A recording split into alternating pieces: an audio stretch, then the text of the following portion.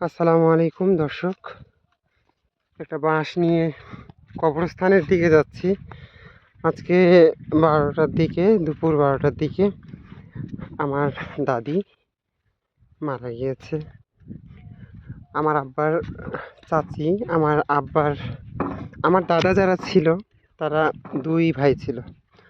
তো আমার দাদা উনি ছিল বড়, আর এটা ছিল আমার বাপের চাচা, মানে আমার বাপের চাচি আজকে মারা গেছে, আমার দাদি হয়। তো আজকে দুপুরবেলা মারা গেছে। তো ইনশাল্লাহ মরহুমার জানাজা আজকে আসরের নামাজের পরে অনুষ্ঠিত হবে। তো আমার এই দাদার আবার ছেলে একটা, মেয়ে চারটা।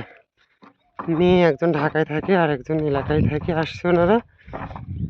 আর ছেলে একটা, ছেলেও ঢাকায়। তো গরমের দিন, সময় অল্প, এই জন্য আমরা ভাইয়েরা যারা আছি, আমরা যারা চাচাতো ভাই আছি, আমার চাচাতো ভাই যারা আছি, সবাই মিলে আমার দাদির জানাজা সম্পূর্ণ করার জন্য এই যে বাঁশ কাটলাম, কবরস্থানের দিকে যাচ্ছি বাঁশ নিয়ে। আর গরম, হালকা রোদ, কিন্তু খুব গরম, ভ্যাপসা গরম। সবাই আমার দাদির জন্য দোয়া করবেন, আমার দাদিকে যেন আল্লাহ জান্নাতুল ফেরদাউস দান করেন। অত্যন্ত ভালো মানুষ ছিলেন। ধন্যবাদ।